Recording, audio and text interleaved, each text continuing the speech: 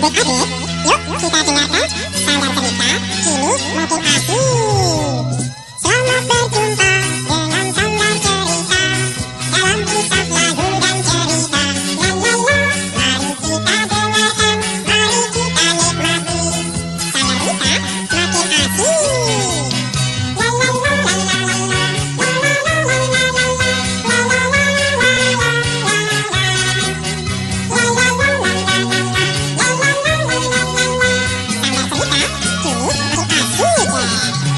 Halo adik-adik, selamat bertemu lagi dengan Sanggar Cerita kita. Kali ini kakak datang dengan bingkisan yang baru, sebuah cerita menarik untuk kalian semuanya. Apa judulnya adik-adik? Nah, dengarkan ya.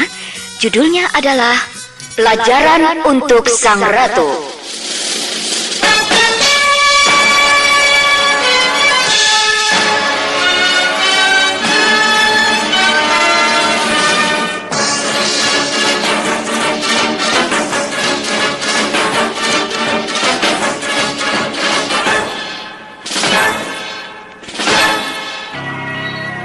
Pada zaman dulu, ada sebuah kerajaan. Nama kerajaan itu Nisada. Adapun raja yang memerintah kerajaan itu seorang wanita, maka dia disebut ratu. Para penggawa istana, para abdi kerajaan biasa menyebutnya sang ratu. Tak seorang pun berani membantah kemauannya. Semua tunduk mengikuti perintahnya. Hal itu disebabkan karena sang ratu memiliki sebilah pedang yang amat sakti. Sebilah pedang yang amat dibanggakannya. Pada suatu hari, sang ratu sedang dalam perjalanan berburu. Dengan ditemani patih, nampak sang ratu gembira sekali mengejar sekawanan kijang. Hiya, ayo Pan Patih, kejar terus, jangan sampai lolos. Hiya, ayo.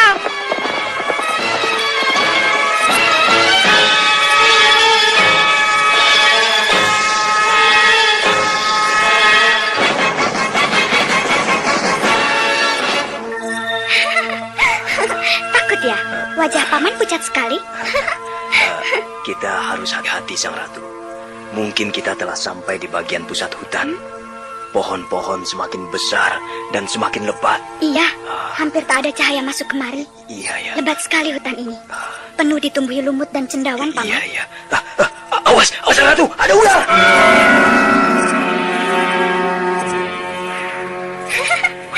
Hanya seekor ular kecil. Tenang saja, Paman. Jangan bergerak. Lihat, akan kubinasakan ular jelek itu dengan pedang saktiku. Hap! Ya!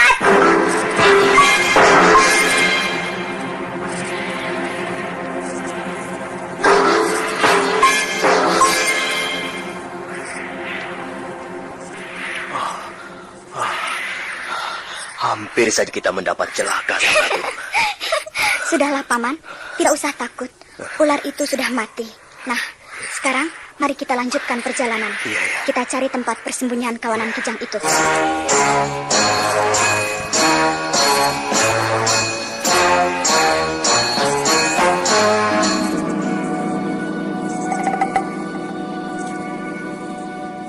Hei, aneh suasana di sini. Nampak bersih, teratur. Ada banyak batu besar tersusun rapi. Iya, iya. Mirip gerbang kerajaan. Hei, lihat Paman. Hah? Ada orang tua duduk bersila di atas lempengan batu besar itu. Oh. Jenggotnya panjang sekali, sampai iya. menutup telapak kakinya. Iya. Paman ingat sekarang. Kita berada di sebuah pertapaan sang ratu. Pasti dia itulah pertapa bijaksana yang bernama Resi Mahameru. Nah, kebetulan sekali. Hah? Dia tentu tahu seluk-beluk hutan ini. Bagus, bagus. Aku akan bertanya padanya di mana tempat persembunyian kijang-kijang buruanku tadi. Jangan sang ratu. Jangan. Dia sedang bertapa. Jangan diganggu. Paman Patih, Iya, ya. hutan Dandaka ini masih termasuk wilayah kerajaan Nisada. Maka aku bebas berbuat apa saja di dalamnya. Kau tidak bisa melarangku. Juga pertapa itu. Maaf sang ratu. Paman bermaksud baik. Paman tidak ingin sang ratu mendapat kesulitan. Aku tidak takut kesulitan, Paman. Bukankah aku memiliki sebilah pedang sakti? Iya. Dengan pedang saktiku ini, aku berani menghadapi apa saja. Tapi Sang Ratu... Sudah. Jangan banyak bicara. Ayo ikut aku. Hai kakek tua. Bukankah kau tahu seluk-beluk hutan ini? Sekarang katakan padaku, di mana tempat persembunyian kijang-kijang buruanku tadi? Ayo katakan, kek. Aku melihat salah satu di antaranya berada di sekitar tempat ini. Katakan di mana sarang mereka. Jangan, Sang Ratu. Dia sedang bertapa. Jangan diganggu. Diam, Paman. Hai, kakek tua. Jangan membisu. Jawab pertanyaanku. Kurang ajar. Kau membuatku kesal.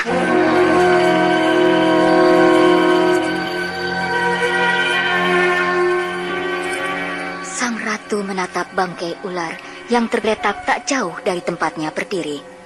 Tiba-tiba dikaitnya bangkai ular itu dengan ujung busur. Kemudian melangkah pelan ke arah sang pertapa. Jangan, Sang Ratu. Itu tidak baik. Pertapa tua ini telah berani mengacaukan aku. Dan itu berarti dia berani menghina seorang ratu. Maka sekarang aku ganti akan menghinanya. Nah, kakek tua, diam-diam ya. Jangan bergerak. Aku akan memberimu hadiah sebuah kalung mutiara.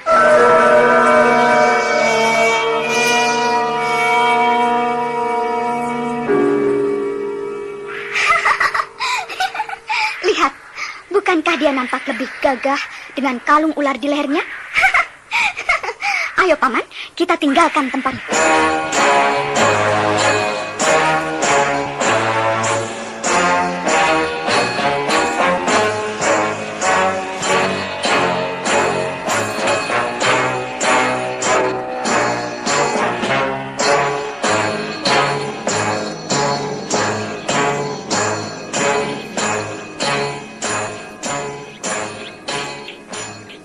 Adapun Resi Mahameru, sang pertapa itu, mempunyai seorang anak angkat laki-laki bernama Kala Tembini. Pada waktu itu, Kala Tembini sedang mencari kayu bakar di bagian hutan yang lain. Tiba-tiba, seekor anak kijang berlari-lari kecil menghampirinya. Ai, ada apa ini manis, ha? Mengapa kau berlari-lari? Aduh, kasihan kau sahabat. Nafasmu sampai memburu dan wajahmu pucat sekali. Apakah ada yang mengejarmu? Iya. Aku tahu. Matamu mengatakan sesuatu yang kurang beres. Oh, baiklah. Mari kita pulang.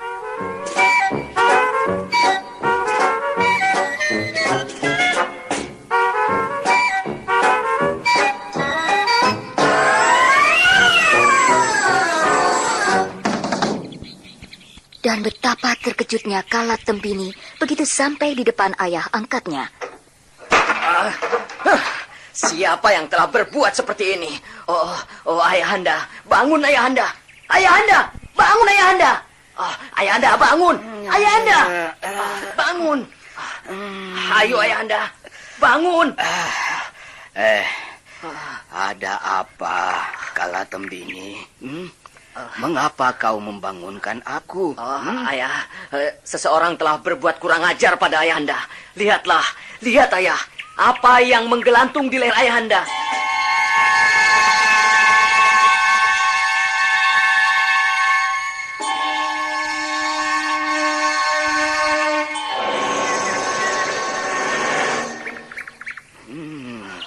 Siapa yang telah melakukan perbuatan sekeji ini padaku? Apa salahku? Kurang ajar. Tunggu. Mau kemana kau, Kala Tembini? Ayahanda, Ananda akan mengejar orang itu. Ananda tidak terima penghinaan semacam ini, ayahanda. Sabar, anakku, sabar. Ayahanda, kita harus membalas perbuatannya. Oh, jangan. Membalas dendam itu tidak baik. Yang lebih bijaksana adalah memberinya pelajaran agar dia menyadari kesalahannya dan membuang segala sifatnya yang kurang baik. Lalu apa yang akan kita lakukan, ayahanda? Coba, pungutlah benda di dekat kakimu itu, Kala Tembini.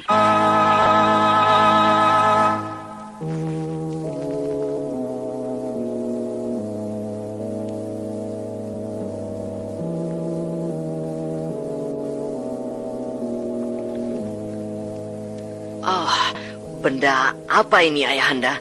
Benda itulah yang memberi kita petunjuk siapa yang telah melakukan perbuatan tercela ini. Benda itu adalah sebuah lencana, sebuah tanda pengenal milik junjungan kita, penguasa kerajaan Nisada. Maksud Ayahanda sang ratu? Iya, betul anakku. Kalau begitu, apakah dia yang telah melakukannya, Ayahanda? Begitulah, siapa lagi? Tak kusangka. Rupanya benar kabar burung yang sampai ke telingaku. Ratu kerajaan Nisada adalah seorang ratu yang sombong. Karena itu, Kala Tembini, kita wajib memberinya pelajaran agar dia sembuh dari kesombongannya. Tapi dengan cara bagaimana, Ayahanda? Tunggulah di sini. Aku yang akan mengerjakannya.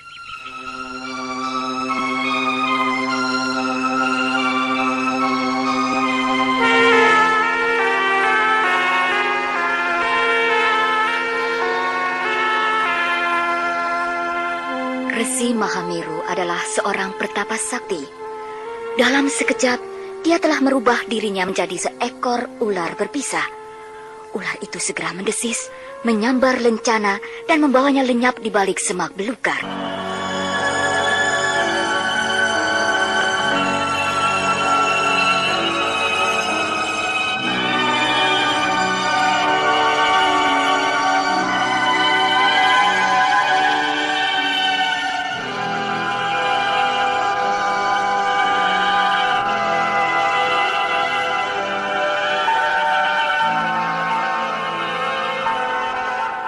Sementara itu, di perkemahan sang ratu, malam telah larut.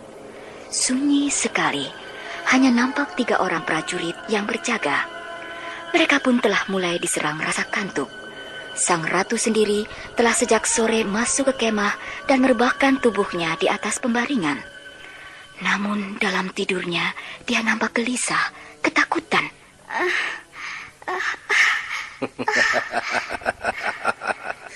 Jangan terkejut, sang ratu. Aku yang datang mengganggu tidurmu. Aku datang dalam mimpimu. Dan lihat, aku datang untuk mengembalikan rencanamu yang tertinggal di pertapaan Resi Mahameru.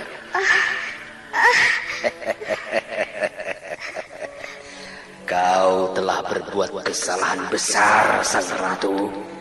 Ingat, barang siapa bermain api akan hangus, dan barang siapa bermain air akan basah.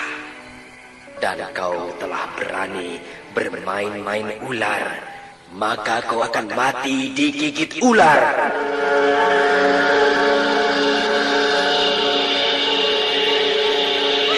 Tidak, tidak.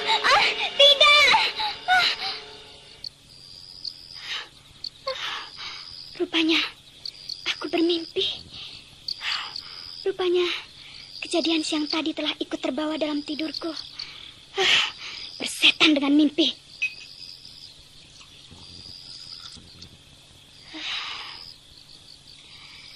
Agak tenang sekarang. Hei,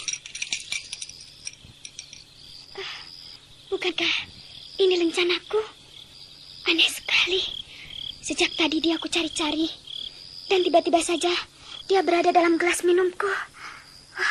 Aneh. Aku akan membicarakan soal ini dengan Paman Patih.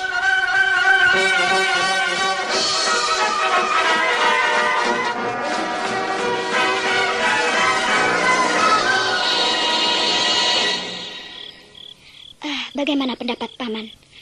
Kejadian ini rasanya cukup ganjil. Ular itu menemuiku hanya dalam impian. Tapi tiba-tiba aku menemukan kembali lencanaku yang hilang. Menurut Paman, sebaiknya sang ratu datang lagi menemui Resi Mahameru. Untuk apa? Ya, sekedar untuk minta maaf atas... Tidak, aku tidak akan minta maaf. Tidak akan pernah minta maaf. Seorang ratu seperti aku tidak seharusnya minta maaf pada siapapun. Maksud Paman... Cukup. Sekarang, perintahkan pada para pengawal agar membongkar kemah. Kita tinggalkan tempat ini malam ini juga.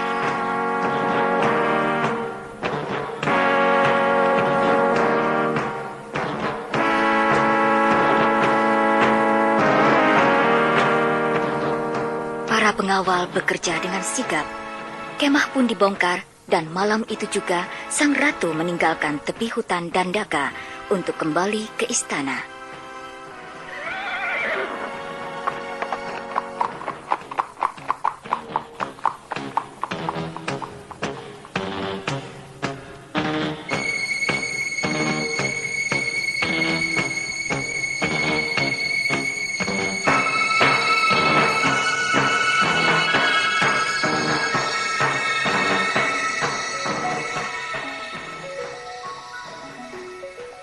Beberapa hari kemudian setelah kejadian itu, sang ratu nampak duduk santai dalam taman setelah pagi harinya memimpin pertemuan.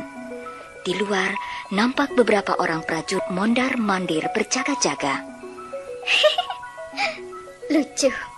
Lucu kalau ku ingat kejadian itu. Tidur di pinggir hutan dan bermimpi. Seekor ular telah berani mengancamku. Aku akan mati digigit ular katanya. Mana mungkin seekor ular bisa masuk ke istanaku. Tapi, mengapa aku pusing-pusing memikirkannya? Lebih baik duduk santai, istirahat. Aku lelah sekali. Selamat beristirahat, Sang Ratu. Hei, suara siapa itu? Suaraku. Maaf kalau sampai suaraku tadi membuat kaget Sang Ratu. Siapa kau? Di mana kau? Aku di sini. Di mana? Aku tidak melihatmu. Aku di sini. Persis di belakang punggung Sang Ratu. Oh, enak sekali berayun-ayun di dahan pohon kemuning ini. Kau!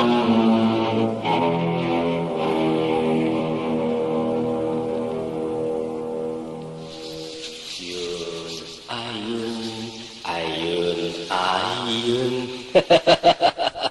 Ular busuk, dari mana kau masuk, ha? Bagaimana kau bisa masuk ke tamanku ini? Itu tidak penting. Yang penting hendaknya Sang Ratu ingat. Ini adalah peringatan kedua. Dan pada saat bulan purnama nanti, aku akan datang lagi untuk memberikan peringatan yang ketiga kalinya. Peringatan terakhir. Kau kira aku takut ancamanmu? Tidak, kau tidak bisa menakut-nakuti aku. Bahkan, kau tak akan kubiarkan keluar dari tamanku ini dalam keadaan hidup. Rasakan pedang saktiku ini. Heh!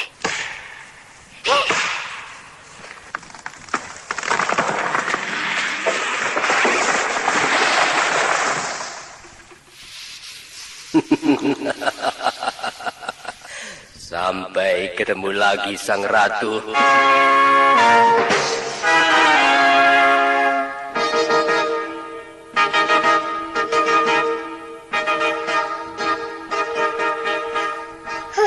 Sial, dia berhasil kabur lewat atap istana. Prajurit! Daulat, Sang Ratu. Goblok, mengapa kau biarkan ular itu masuk mari, ha? Ular? Tidak ada ular, Sang Ratu. Kami berjaga-jaga di luar sejak tadi. Kami tidak lihat ular, Sang Ratu. Kau dan kawan-kawanmu memang goblok. Sudah. Panggil Paman Pati kemari. Cepat! Segera, Sang Ratu.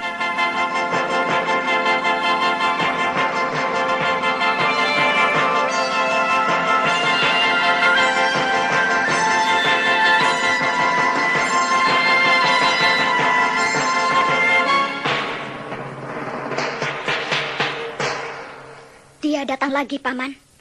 Ular itu mengancamku lagi. Dan dia mengatakan akan datang untuk yang ketiga kalinya. Kali yang terakhir pada saat bulan purnama nanti. Bagaimana, Paman? Apa usul Paman? Ya, memang kejadian yang aneh, Sang Ratu. Bukankah tak ada dinding atau tembok yang bolong? Itulah.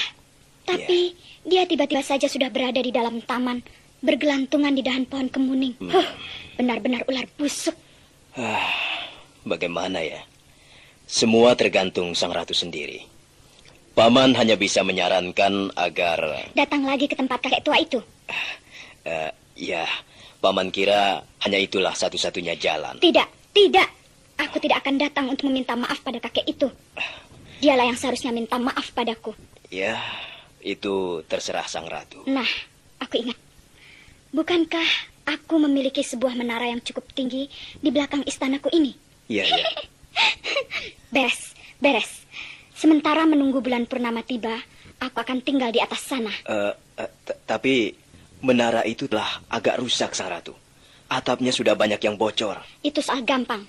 Sekarang juga perintahkan agar menara itu diperbaiki.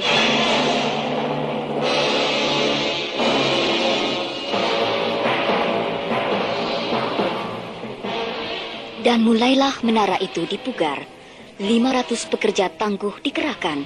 Sang Ratu sendiri dengan didampingi Patih ikut terlibat di dalamnya.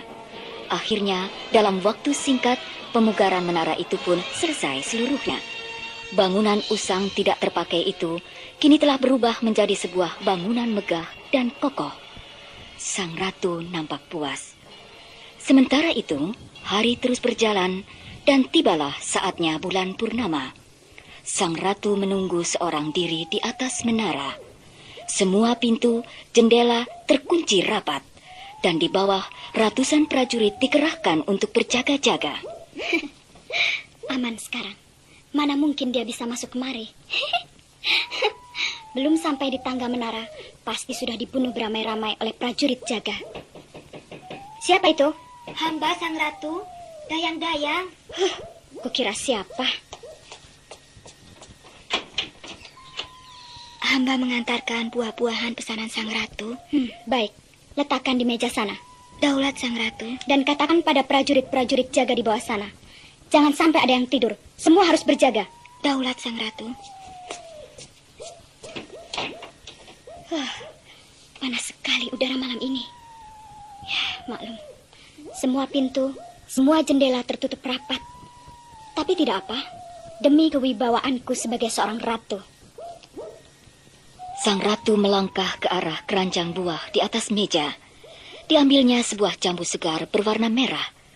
Dan Sang Ratu kaget. Di atas kelopak jambu itu bertengger seekor ulat kecil yang bersinar-sinar. Tiba-tiba, ulat itu melentingkan tubuhnya, jatuh di lantai menara, dan ulat itu berubah menjadi seekor ular sebesar lengan orang dewasa. Sang Ratu mundur beberapa langkah. Ular itu mendesis, melingkar-lingkar. Dan pada saat Sang Ratu dengan geram mencabut pedang saktinya,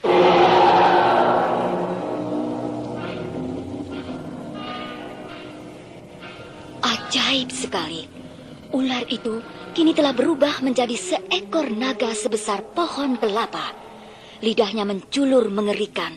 Ruangan menara yang kokoh itu sampai berderak-derak oleh kibasan ekornya.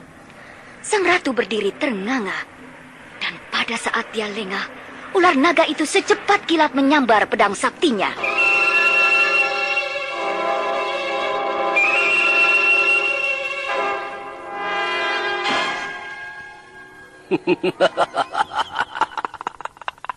Bagaimana, Sang Ratu? Apakah kau masih tetap keras kepala? Tetap menyombongkan dirimu karena memiliki pedang sakti? Lihatlah.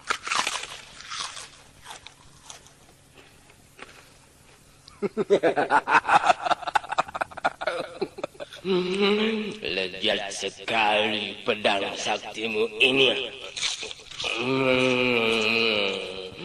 Lebih lezat dari kerupuk udang. Dengan mudah, dia telah menghancurkan pedang saktiku. Nah, ini adalah peringatan yang terakhir kalinya, Sang Ratu. Maka kalau kau ingin selamat, pergilah pada pertapa tua itu. Akuilah kesalahanmu dan mintalah maaf padanya.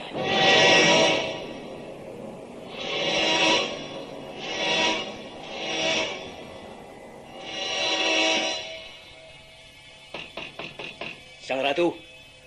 Sang Ratu. Sang Ratu. Sang Ratu.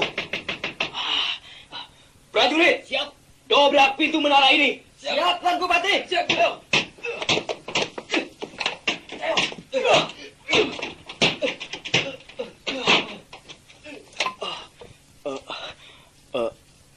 Sang Ratu. Kami terpaksa mendobrak pintu menara. Tidak apa, Paman Patih. Apa yang terjadi? Tiang-tiang menara sampai berguncang-guncang. Paman kira tidak ada gempa bumi? Apa yang terjadi, Sang Ratu? Paman, Ya. antarkan aku ke tempat pertapa tua itu. Sang Ratu? Iya, baik. Sekarang? Ya, malam ini juga. Aku akan minta maaf padanya.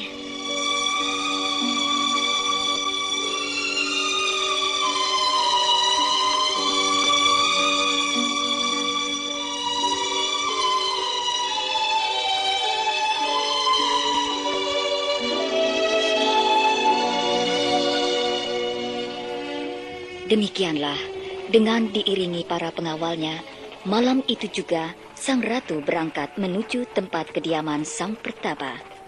Kini dia sudah benar-benar menyadari kesalahannya, mengakui kelemahannya. Sejak saat itu, dia tidak sombong lagi. Dia telah berubah menjadi sang ratu yang adil, bijaksana, dan juga rendah hati. Maka kerajaan Nisada pun bertambah sejahtera walaupun diperintah oleh seorang ratu yang tidak memiliki sebilah pedang sakti.